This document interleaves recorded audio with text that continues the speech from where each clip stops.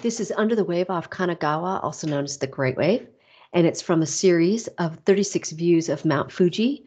It is made by Katsushika Hokusai. It was made in 1830 to 1833, and it is a polychrome woodblock print, which means that it is ink and color on paper.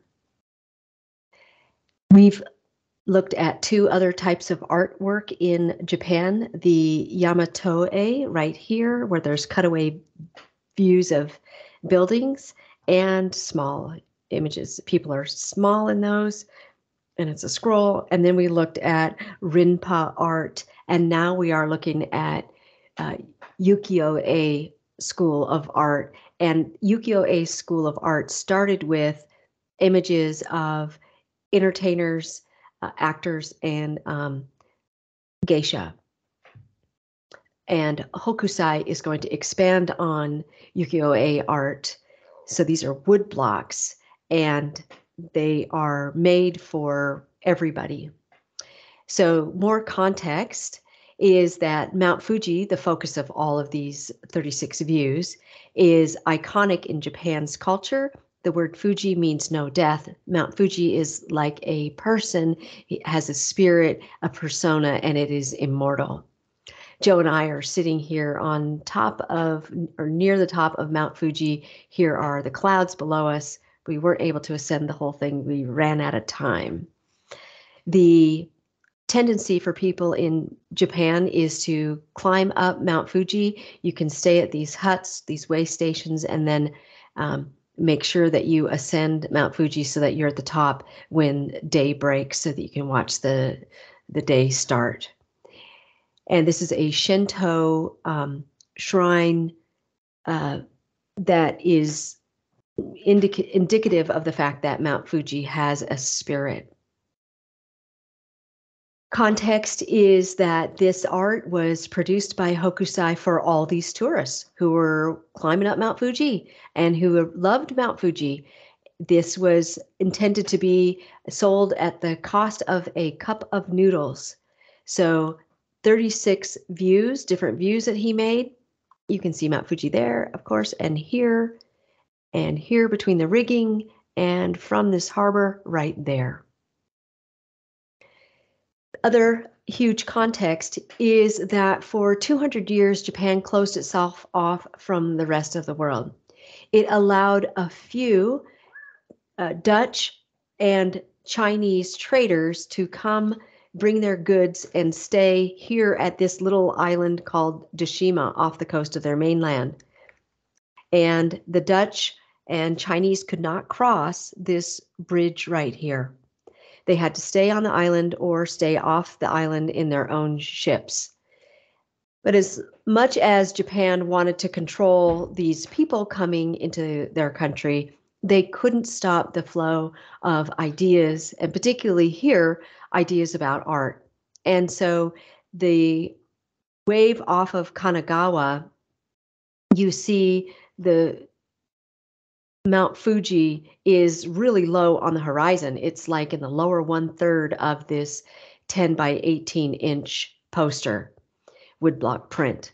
And then you can see that there's this really bright blue. That's a Persian blue that came from the Dutch. And then there's this idea of linear perspective that also came from the Dutch, where any line from this image is really drawn to Mount Fuji to become the focus.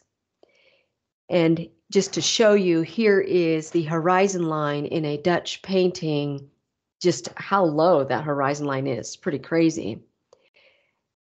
So the Dutch brought all of these artistic treatments to Japan, and that's what we see in Hokusai's Great Wave. The same is true or the converse is true, that Japanese art woodblock prints were taken to Europe and they influenced guys like Monet, Van Gogh, and Mary Cassatt. So for example, here is a Hiroshige, who is another great woodblock printmaker. Here's his view of the Oashi Bridge, and then this is Vincent van Gogh's view of the Oashi Bridge. So Japanesery was famous in Europe. So the trade went both ways. Okay, the form of this ukiyo-e, art is that we have a polychrome, meaning many color woodblock print. For every color that's used in a print, a woodblock has to be carved. And so there are 10 woodblocks carved for this piece. One of the most intricate in my mind is this black line woodblock print. And so there would be a woodblock print for the Persian blue, for the navy blue, for the yellow or pink that you see here in the boats and in the sky. And each of those is imprinted onto the same sheet of paper, hopefully to line up perfectly. The black line that goes on the outline is put on last. The Art Institute of Chicago has a few of these Great Wave prints, and they display them all together once every 20 years or so, and that way you can see the variations of color. So for example, this piece on the left from the Art Institute of Chicago has pink, whereas this one here on the right has some yellow here. And the boats here are yellow and the boats here are pink. So variations, and you, the consumer, get to decide which one you want to purchase. There's also, in terms of form, repetition here. There's repetition with these fingers, multiple fingers. There's repetition with the spray that's falling down that almost looks like snow. And then repetition with the 3 boats. And then the heads of the rowers in the boat. And in terms of content, we have this feeling that this rogue wave, huge wave, has been caught suspended in midair. And the wondering is, oh my God, what's going to happen next? When that wave falls, is it going to overturn these men in these boats? Are they going to be submerged and lost to us? Or almost looks like Mount Fuji is going to be splashed by all of this water? So it's this capturing of that moment, just like the Last Supper, where it was, the question that Jesus posed or the comment that he posed was captured. The response was captured in a moment. So we have these moments being captured. The function of Under the Wave off Kanagawa is that it was, of course, sold to tourists. This was a money-making venture, sold for the price of a cup of noodles. It also, though, expands on ukiyo-e art. He moved it away from just these images of people in the urban environment, and he's now capturing nature.